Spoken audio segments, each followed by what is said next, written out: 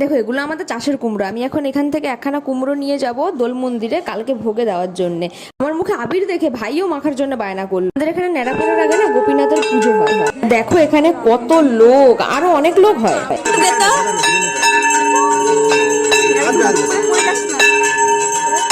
আমার মাথাটাও দিয়ে আমি পড়ে গেছি।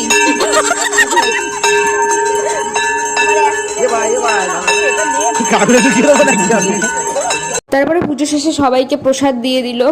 এরপরে ন্যাড়ার চারদিকে না এরকম ভাবে পাক খায়, সাথে ওই যে গোপীনাথ ঠাকুরও পাক খায়। তো তারপরে ন্যাড়াতে আগুন দিয়ে দিল, ন্যাড়া ধরে গেল। দেখ কিন্তু কেউ না ওই ছড়াটা বললো না। তো তারপরে আমরা পাশে আরেকটা ন্যাড়া পোড়া ছিল, সেখানে চললাম।